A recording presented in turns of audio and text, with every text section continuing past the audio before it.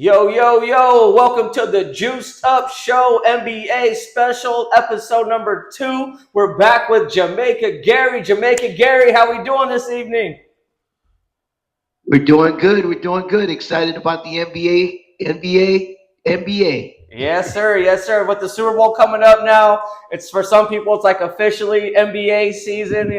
For some people, the season doesn't begin until NFL is over. So we actually just had the trade deadline ending. So on our topics today, we're going to go over the standings again to kind of see where our teams are at this time around. We'll go over some of the major trades that we thought are kind of more impactful to some of these teams, and also some of the kind of surprise trades that happened as well. And then we're going to talk about the new All-Star Game format with the USA versus the world. And then we're going to close out the show with the Paul George 25-game suspension. So we're going to dive into these standings real quick. We're going to start with the Eastern Conference. We still have the Pistons at the top. They just waxed the Knicks on Friday night. That was not even a close game. And the Pistons also added another shooting depth to their roster, which we'll talk about in the trade segment. And then we also got the Knicks now. They switched them, and the Celtics have been kind of flip-flopping at second and third. Right now we got the Knicks at 3 and the Celtics at 2. Cavs are coming in at number 4. We all know about that trade. We'll be talking about that. 5 and 6 is rounding out the Raptors at 5 and the 76ers at number 6. And then we got Orlando at 7, Heat at 8, Hawks at 9, and then the Hornets, surprisingly, are at 10 on a 9-game winning streak. Very impressive for them. They're playing some great basketball right now, and that rounds out the Eastern Conference. So there's 7, 8, 9, and 10 teams. Those are your play-in teams, and then your 1 through 6 are your teams that do not have to play in the play-in. Going over to the Western Conference, and then we'll pick up and then we'll go back to the Eastern Conference and talk about kind of some of those teams. So we got OKC still riding high. Now they're at like 13 losses, so they've lost a few games. They've tended to struggle against the Spurs this season. We'll follow up on that. I want to hear your insight on why they kind of struggle against the Spurs. We got the Nuggets hanging tough at 13 at 33 and 19. They had Jokic go down for a little bit. They were able to manage the ship for a few games. They're staying pretty tall. And then now we have Houston jumping to number 4 when I believe on our last special, they were at number 6. And you said you weren't worried. They just got to get a little bit of gel, a little bit of more team chemistry. And it looks like that's starting to pay off for them. So we'll dive into them later on. And then we got the Lakers at 5. T-Wolves coming in at 6. And then 7, 8, and 9, we got Phoenix, Golden State, the Clippers, and then Portland rounding out at number 10. Clippers have been on a tear. I'm very impressed with this team. I want to get into them also because I know we were texting back and forth on kind of what moves they did, and they also made a surprising trade as well. So let's go into some of these standings here. We had that Pistons-Knicks game. I know you didn't get to really catch that till the second half, but what do you think about this matchup now with the Pistons and the Knicks? It's looking kind of one-sided in my feel. Well, the Pistons are tough. I mean, they have a solid full roster. Kate Cunningham, big guard. He's really good in the pick and roll. Good decision maker. Plays good defense. All around, just solid player. Those guys have been together for a little while, and they're gelling. They're hungry, and we're seeing the results. Yeah, and I mean, the turnaround is like amazing. It's a 2-year turnaround. I think it's JB Bickerstaff they brought in a head coach. And, they went from the laughing stock of the league to now like the upper stock of the league. And it's great to see the Pistons playing good basketball. They haven't been in this type of echelon since like Chauncey Billups and Ben Wallace and Rasheed Wallace days. You know what I mean? So it's good to see them. Knicks didn't really make any impactful moves during the trade deadline. It's looking like maybe they should have. Were you surprised the Knicks didn't make any impactful moves to their roster during the trade? I'm a little surprised they didn't make any moves. Anyone can use a little bit of improvement. Jose Alvarado. Yeah, that was a decent one. He's basically a backup for Jalen Brunson. He's he's got a niche little trick that he does, stealing the ball when people are not looking. Yeah. I don't think that's enough. Unfortunately, I forget the guy's name now. He got hurt. He's going to be out for the season. Another one of their guards. Oh no. Okay. His name slips my mind right now, but he looks like he's done for the season. So. Was it the white guy they just got, or was it a different? No, it was. Oh man, McBride or Oh, okay. McDaniels. He's pretty good, I think. Yeah, I think I know what you're Yeah, talking about. he's a good player, but Yeah. and I forget his name right now, but he's a key player. He's got a hurt ankle. Okay. He hurt his ankle in the last game. Was that Hart? Um, Pardon Was me? that Josh Hart that got hurt, or was that? Yeah, Josh Hart. He Yeah. hurt his ankle. Okay. So I think, unfortunately, the Knicks stood pat. They got beat up last year. They're getting beat up this year, just trying to stay, up on the in the runnings. Yeah. And I think that's unfortunately going to be their Achilles heel come playoff time. Yeah. I wouldn't be surprised if they drop a couple of spots here in the next few weeks. Okay. Yeah, it's gonna. Harden was a surprise going to the Cavs. If you look at the money is pretty much the same for Garland, 42 million, somewhere in that ballpark. Um, Clippers look like they're just dumping everybody. I was really shocked that Zubac got traded. Yeah. Yeah. I mean, if you look at the way they started their season, they had Chris Paul, they had Paul George, they had quite a lot of players, older players. They were one of the older teams in the league. Yeah. And where they are now, I think it has something to do with that under the table money they were paying Kawhi, unfortunately. But hey, it's possible. You never know. And they got Brook Lopez. That's a little Brook Lopez coming off the bench. He's a little on the older side, but he actually is like he switched his game up, to last a little bit longer in the league. And he's like a stretch three, like a stretch big that can shoot three now. I was texting you. I think they're going to make a run for Giannis. I think Giannis and Kawhi together. They have a few young good players. I think Norman Powell's injured right now. He's a great shooter that they're missing. So I think they might try to make a run for, if they're smart, you make a run for Kawhi. I mean, you make a run for Giannis in the offseason, get him and Kawhi together, maybe add another player or two, because I think they got some draft picks as well from the trades they did. So they have a little bit of bait to offer the Bucks. So we'll see how they play out their season. But and then the Sixers, they're doing okay and then they got the Paul George suspension. We'll go over that at the end of the show. And so we'll see how the East finishes out. But I think with everything the way it's looking right now and how hungry the Pistons are, I don't really see them losing that one spot. I think they're going to end up finishing out at the 1 seed, and they're going to finish out strong after the All-Star break. How do you feel about the Pistons becoming the 1 seed? Yeah, I agree. I think the Pistons are going to end up being the 1 seed. And the Knicks, I think, are going to drop. I think the Cavs are going to surprise a lot of people. Harden is good at changing teams. He's good at changing his game to accommodate another superstar. And you're going to have two tough players handling the ball down the stretch. I still think that either one of those guys could be the go-to going down the stretch to close out a game. Right. I agree. So we'll see how the East finishes out, but the Pistons do look like they're pretty focused, and it looks like they're hungry to get advancing in the playoffs considering what happened last season. So let's jump over to the Western Conference now, where we had OKC at the top.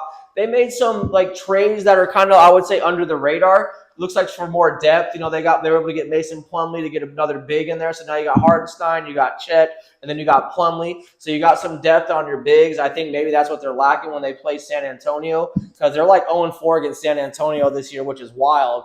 So I just don't think they're a good matchup with San Antonio in the regular season. I don't know what would happen in a 7-game series, but during the season, they don't match up well against San Antonio, who's also the 2 seed.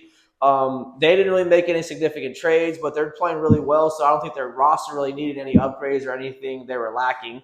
And then, we got Houston. Houston's out there. So who you like? Are you still, I know you had some solid words to say about Houston. Now they're at the 4 seed, so they're playing really good ball. How you liking the Rockets now since our last show? And they've been doing really well, and it looks like they got to get Singin on some defense. I think he's lacking on defense, and KD was kind of getting on him. But the Rockets are playing well. What do you think of their game lately since our last show? Well, I mean, it's questionable if they have enough to go, get over the hump against OKC. But if they hover around the 4th spot, they're going to have an easier path in the playoffs. They're not going to match up with any of the top level teams. Yeah. I mean, if they've got a good squad. Yeah. But I mean, anything can happen. There's a lot of games to play. Injuries are going to be a factor. I see a lot of guys potentially getting hurt. Yeah. In the next couple of months, Uh-huh. that could change the dynamics. But I like the way they look. They didn't really make any moves, and they're going to just play it out. And sometimes when you get guys who are playing together, they know they're going to play together, they know their roles. That can go a long way when playoff time comes. Yeah, absolutely. And I feel like, with the way the standings are right now, if the season were to like hypothetically end today, they would be playing the Lakers in the first round, which I think they beat the Lakers like 6 games probably. I don't think the Lakers will have enough. I agree. I don't think Lakers have enough I agree. defense to beat them. And then also we have Golden State sitting at the 8 seed. They tried to make a run at Giannis. They couldn't do it. They end up with Porzingis. Is that a desperate move, you think, for them to, just kind of settle for Porzingis? Do they really need it? Do they really need him, or were they just trying to get rid of Kuminga and just trying to go forward from there? What do you think? I mean, Kuminga was pretty much out of there.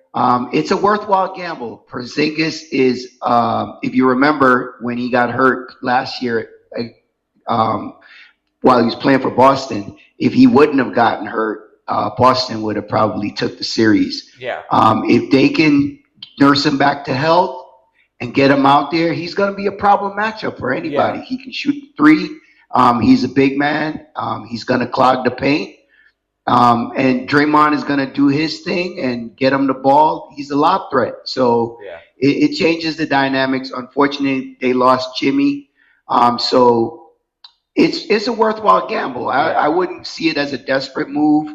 I see it as just a move that, hey, let's try it and see what happens. Yeah, I mean, I don't think you're not losing too much for it. You didn't give up too much for him, but yeah, like if you can get him to decent health and you got him without, I think they got Al Horford on their roster. So if you get them two playing together, they both are at Boston together, so they have some already natural chemistry. So we'll see how that plays out for them. But I just really feel like they just, like we talked about before, they got to put it to bed and blow that thing up and start fresh with build around Steph and some of those young players they got. The Nuggets are doing really well. They're going to be a tough out. I feel like they got some good shooting. They got Brown back, so they're going to be really good. Timberwolves, with Ant-Man, they're going to always be solid. Gobert's always questionable, so we'll see how they finish out their season. But with this Western Conference, who are you thinking? Do you think it's going to end up being OKC and the Spurs in the Western Conference Finals, or do you think it's going to be what teams do you kind of see making the Western Conference Finals in your mindset and your vision? OKC for one is hard to bet against them, and I'm going to have to. It's going to be a toss-up between San Antonio, the Nuggets, and possibly Houston. You think Houston? I can see Houston sneaking in there. Yeah, I really could see them sneaking in there. Yeah. But San Antonio has got a really good chance as long as Wemby can stay healthy. Yeah, I think that's going to be a major key as well. They got the guard play. They got Fox. They got Wemby. They got Fox. I think it's Cassell. His name is also. So they got a good roster. They put a nice little team together over there, and they're really young and they got a lot of youth. But we'll see how they do. And I'm going to keep an eye on the Clippers even though they got rid of a lot of players, we'll see if they can keep progressing and maybe get into the 7th or 8th seed and just still be competitive and stay within that area. So if I doubt it. I doubt it. I mean, if you want a straightforward answer, you just got it right there, people. They're in 9th now. I mean, it's going to take a miracle for them to climb up. Yeah. They might make the play-in, but I seriously doubt it. We'll see what they can do with Garland. He's a pretty active guard, so you never know. Well, he's hurt. He's got a bad toe. Oh, man. So, got a bum toe. Yeah. All right. Yeah. Got to take care of those bunions. So that was our standings review. Did you want to top that off with anything, Gary, or are you ready to move on to some of these trades? I'm ready to move on to the trades. This has been super interesting. Okay, so we dove into the Harden to the Cavs deal a little bit. Let's just do a quick recap of that. Harden went to the Cavs from the Clippers for Garland. Harden comes out saying that he didn't request a trade, even though that's what the Clips front office is saying. How do you feel about this trade? Does I mean, look, you look at it. Cleveland was kind of underperforming. Garland is hurt. Yeah. The salaries are pretty close. Yeah. The style of play is pretty close. You had two ball dominant guards. Harden is definitely much more experienced, and he's hungry for a championship. Yeah. So I don't think it's really that bad of a move. Yeah. Harden is not likely going to stay there anyway. And I look at him as a hired gun. He's been on so many teams, Yeah. and he's played with a lot of other superstars, and he's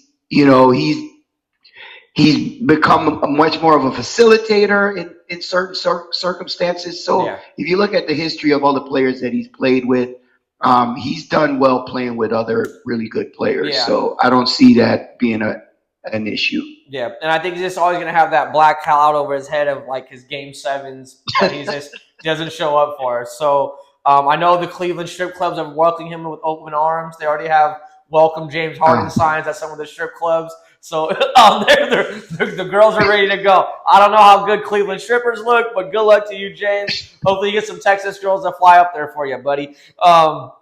Donovan's going to be the closer anyway. Yeah. He's going to be the one to take him over the top. He's a legit closer. That guy is legit. Yeah, and then hopefully Harden can make other guys better around them, because that's never really been Donovan Mitchell's kind of forte. And then so another surprising trade from the Memphis, it wasn't actually John Morant, it was Jaren Jackson going to Utah. That was shocking. Yeah, and I don't know what Utah. I don't follow the Utah franchise too much. I don't know what their vision is for their franchise. Basically, trading a good young player for another player. Both teams have the same record, so I really don't know who. I don't know if Memphis won this trade or if Utah won this trade. But what do you think is what's going to come of this trade, and who do you think won the trade out of Memphis and Utah? Utah definitely. Jaren Jackson played last night, 25 minutes, 22 points, 3 assists, and 4 rebounds. Listen, the guy is a young guy. He's only 26. A lot of the trades are not necessarily about players and teams and how they match up. It's about salary, it does seem like, a lot of these trades. I don't really understand the first apron, second apron, and all of that stuff. Yeah. And how many draft picks are floating around. Right. But I think Utah, talent-wise, and being able to trade guys in the offseason and attract players in the offseason, I think they made out. Memphis has got some major issues, and it does look like they're just trying to start all over, and they're stuck with Ja at the moment. But wouldn't be surprising if they finally get rid of him in the offseason. Yeah, I know. I was following ESPN and Brian Windhorst. I guess from what his sources are telling him, that Ja Morant is kind of negative value right now. Not a lot of owners or GMs want to deal with the headache of him. His game is kind of limited. You don't really see his game elevating in different ways each season. Like, you don't see his jumper getting much better. He's not shooting the three that much better than he is, than other seasons. So you don't really know if he depends on just straight his athleticism to get by, or if he's actually trying to improve his game in the offseason. So that's an issue with him. And we'll see how Memphis goes from here. It's kind of a bummer, because just 3 years ago, they had Desmond Bane, they had Dylan Brooks on that team. They had Jaren Jackson. They had Adams, that's on Houston now. So they had a good little nucleus just 4 years ago of good players, and they didn't get to where they wanted to get, and all of a sudden they're just blowing it up now. So that's unfortunate for Memphis and their fans, but hopefully they're able to get it together, and we'll see what Utah does here going forward. And then now we have Nikola Vucevic. He got traded from the Bulls to the Celtics for Anthony Simons. The Bulls received Anthony Simons in that trade. I guess the Celtics kind of realized they needed more size. I think they might be planning on Jason Tatum coming back. Maybe that's why they got rid of Simons. He was playing good ball for them. He was scoring pretty well. He looked like he was fitting in pretty good with them. And they're doing really better than what people expected with Jaylen Brown and then Tatum being out. So, they're sitting at the 3 spot or right there. Well, it was going back and forth with the Knicks. But I wasn't really sure how I felt about this trade. I felt bad for Simons because he had just got traded already. But did you like this trade, or were you surprised at all about this trade? I mean, roster-wise, I think it's a good move. I mean, the guy is a big guy. You need some rebounding when you get into the playoffs. He got a chance to play last night. 28 minutes, 11 points, 4 assists, and 12 boards. So the East is kind of soft. You get a big guy like that. I mean, who are the other big center matchups that are in the East? Yeah. I mean, there are not very many of them. No. And if the Celtics do come out of the East and they have to play a team in the West, it's going to be good to have a big guy that they can throw out there. Put some wood on Wemby, put some wood on Chet, put some wood on even KD. Yeah. If they get a chance, if they, so there is a, two ways to look at it. It's like, okay, you solidify your roster, you close out the season in good position. But if you do make it to the playoffs or you make it to the finals, you're going to have to match up against some bigger bodies in the West. Right. And then and then also just real quick, I was kind of under the radar trade that I wanted just to bring up was the shooter Horter. He went from the Bulls to the Pistons, so they added some shooting depth, which is they're hitting all the right buttons right now. They're looking for they know what they need and they're getting the right players for that. So we'll keep an eye out for that one. That's an under the radar one. I just wanted to bring up really quick. And then we mentioned Zubac while we were going over the standings with the Clippers. Let's kind of dive back into that trade. The Clippers send him to the Pacers, get a lot of draft picks for that trade. So it looks like they're building up, in my opinion, they're building up for something big, or they're trying to hit good on the draft and get a lot of young players coming in there now. And maybe Kawhi Leonard is going to be on his way out shortly, sooner than later. So the Zubac trade, I don't know that caught you off guard. I don't really know. Oh yeah. I don't know where the Pacers. I guess the Pacers they got rid of one of their bigs to the Bucks. So I don't know if it's because I think it's Miles. I can't think of his full name. But do you think the Pacers just realized they needed more size? But why would you give up this many draft picks when you have 8 wins? So what did you think of this trade? And obviously, what the Clippers are doing. What in your opinion? Well, for the Pacers, it's a future. Their roster is pretty much the same from last year. It's just unfortunate they lost. I forget what his name is right now. I think it's Miles. The guy with the weird. Yeah, Halliburton. The guy with the weird. Yeah. Halliburton with the weird jump shot. Yeah, he tore his Achilles, and then they got rid of Miles Turner in free agency. So they had him as a yeah. So I mean, they're looking at it like, hey, we have these guys coming back. We got to a good spot last year. If we can add a quality player, Zubac is definitely a high quality player. Yeah. He's going to be dominant in the East. Like I said, the East doesn't have a lot of the big men. Yeah, sure. And you take him, put him over on the East, he's going to be a problem. So you're going to see a lot of teams probably try to match up with bringing some big men on their roster to kind of match up with what's going on now. Yeah. The transition from West players to East players. Yeah. I mean, yeah, and then for the, and hopefully the Pacers can bounce back next season, coming off of a finals appearance, and then this is how you perform. I'd be bummed out as a fan for sure. They pretty much just mailed it in. So we went over the Porzingis trade already earlier. We'll see how that plays out with the Warriors and just kind of where their season takes them. They're probably going to be a play-in team. They might not even make it out of the play-in, and that's just going to be their future for the next few years until they can make a good deal and get some good talent in there and get a little bit younger. All right. Did you want to cap off any other trades that we didn't mention, Gary, or maybe one that you'd like to talk about a little more? Well, I'm shocked that AD's moved twice. Oh yeah, let's talk. Yeah, that's right. How can I miss that one? So AD goes to the Wizards. AD goes to the Wizards with Trae Young. I don't know what the Wizards' game plan is with all these hurt ass players. But AD, you went from the Lakers to the Mavericks to the Wizards. Your career is coming. Oh my God. Your career is coming to a podcast in about 2 months. Well, I'd hate to be a Mavs fan right now because they lost their franchise player for a guy that was on the injured list, only to have him get moved. Yeah. So if they still have something to celebrate over there. They got a couple of young guys. Yeah, they got lucky. They got lucky. Yeah. So where do you think AD's career goes from here? Do you think he tries to stick it out with the Wiz? Do you think he asks for another trade or to be released maybe? Where do you think his career is heading now?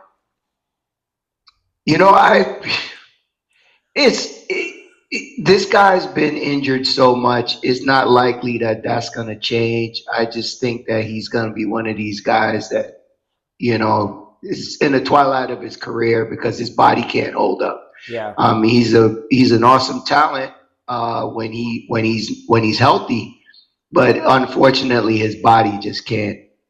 He can't take the the pounding. Yeah, So I he's think, always yeah. complaining about playing the 5. He wants to play the 4. Um, I don't think they're going to get much out of him, unfortunately. Yeah, and it's like he gets the injuries that shouldn't keep you out, he gets them. Like, oh, he tore a ligament in his finger. He's got to have a procedure. He's out for 8 weeks. Yeah. It's like, man, you're the only guy I know that can just stick his hand out, get your finger nicked, and you're out for 8 weeks. Like, how frail are you, man? Like, drink some milk or something. Like, get them bones Yeah, strong. and you forget that he's got to wear goggles now because he got poked in the eye, so he's got a torn retina. So the rest of his career, he's got to wear goggles. And God, I yeah. just, yeah, He's gonna be on a I just think podcast. he's got his one chip and he's lost the desire. Yeah. So Well, I don't expect much. yeah, and not to poo poo on him, but I'm sure these injuries can wear you down mentally. It's like got another one, like another Oh one, yeah, another one, and then you yeah. have to hear about it constantly. So to be fair to him, I'm sure he's going through it, and this is the last thing you want is to have these little nagging injuries constantly, and that's going to derail your career in a way. But hopefully hopefully the Wizards make something out of all this. They might surprise us. They could be the new Pistons. You never know. You know what I mean? I highly doubt it. I highly doubt the it. off the off season is gonna be what makes or breaks them. Yeah. Honestly. All right. Thanks for reminding me about that one. I had it on the list and I was skipped over it because I probably don't even care about AD. But I'm glad you brought that up. All right, let's jump into this All-Star game. So the NBA is really desperate now to get more attraction to the All-Star game, get people more hyped up about it, a little more involved about it. It used to be the slam dunk contest was like the go-to thing. Now it's just got really saturated. It's a bad product. It's not even worth watching. I'd rather watch the three-point contest more than the slam dunk contest. Skills contest is all right. But they're desperate to get eyeballs on the game, make the game seem more relevant than having 160 to 175 type of score. So the new format of the All-Star game this year, the first year they're going to do this, there's going to be 3 teams. You have the USA Stars, and you have the USA Stripes, and then you have the World teams. So you have 2 USA teams and then the World team. It's going to play a round-robin tournament. Each of the first three games will be 12 minutes long, and they're played continuously. USA Stars, there's going to be Game 1 versus the World. Game 2 is the winner of Game 1 versus USA Stripes. So whoever wins out of USA Stars versus the World will play, the winner of that game will play the USA Stripes in Game 2. The loser of Game 1 will then play the USA Stripes. And then it goes by the top 2 teams by record. If each team ends up if each team ends up 1-1, it goes by point differential. So that's how they do a tiebreaker if each team ends up 1-1. So with this new All-Star format, you have 2 USA teams, you got 1 World team. What do you think about the NBA, creating this format to get more to make the game more entertaining? Do you think it's going to work also? Well, I think it's going to get a lot of eyeballs on the game. You got to realize now that the NBA is an international game. So having all of these international players and getting the exposure for all these international players in the All-Star game, I think that's really the main motivation. But with the 12-minute format, I still think it's going to be competitive. Yeah. I mean, you're going to get these guys out there. They're playing for $125,000 is the prize for the winner. And I don't see these guys not going out there for 12 minutes and not competing. Yeah. So, but if you look at the roster, it does look like one roster is heavy with guards and younger players, and then the other team is more veteran players. Yeah. And then I still think the international team has the advantage, to be honest with you. Yeah. I think it's going to be a great game. I'm excited to see it. It kind of gives you like that pickup game vibe where it's kind of like, oh, run it back, and you're playing games kind of like back to back. There's not going to be a a wait time or standing around. So I hope this works out for them. Maybe they can add another world team next year if this product kind of works out.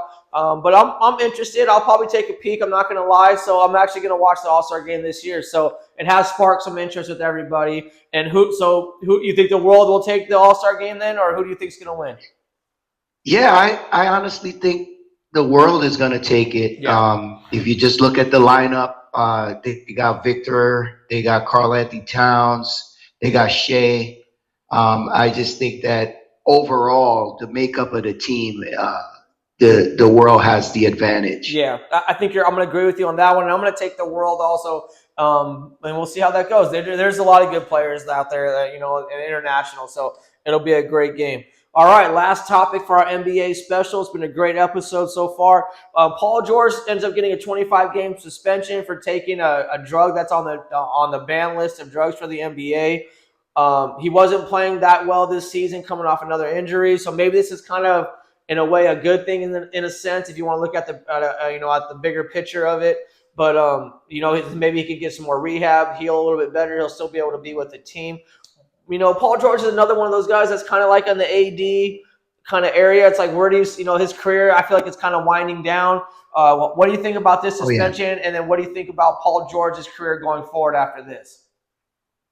Well, I mean, he's been public about having I won't say mental issues, but he's got some depression issues, I would say. But I mean, understandably so.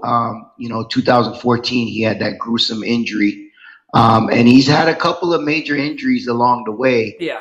And if you just look at it from a human perspective, coming back from that first injury, that had to be really tough. Right. And then to follow that up with some additional injuries and a bunch of trades along the way, just as a person, that has to be really, really tough on you. Right. So it's probably a really boneheaded move.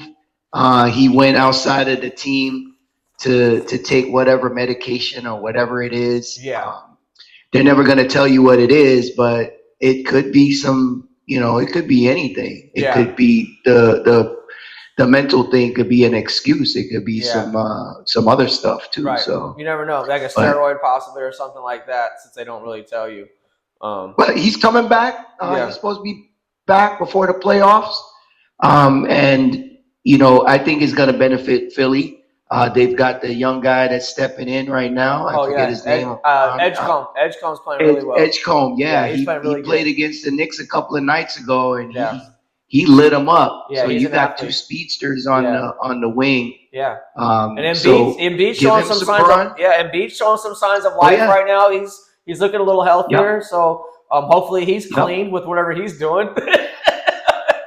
Hopefully he ain't gonna piss dirt. Hopefully he don't piss hot, but you never know. So we'll keep he doesn't have a he's probably the biggest guy in the East. Yeah.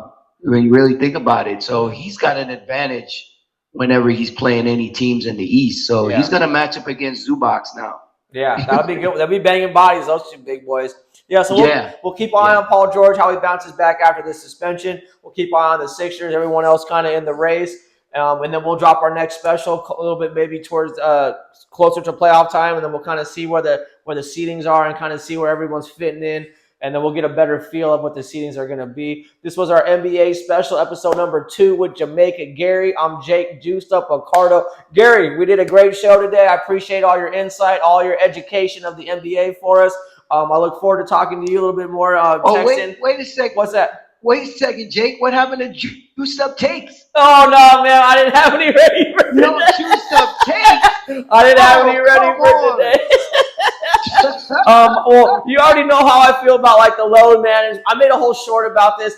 I think they need to relegate teams. If you're a bottom 3 team, I think you need to go down to the G League and get your shit together. Bring up a couple of G League teams. Let's see some of these other bottom teams. Maybe they can prosper in the NBA. Maybe we can see what they can do with some of their talent.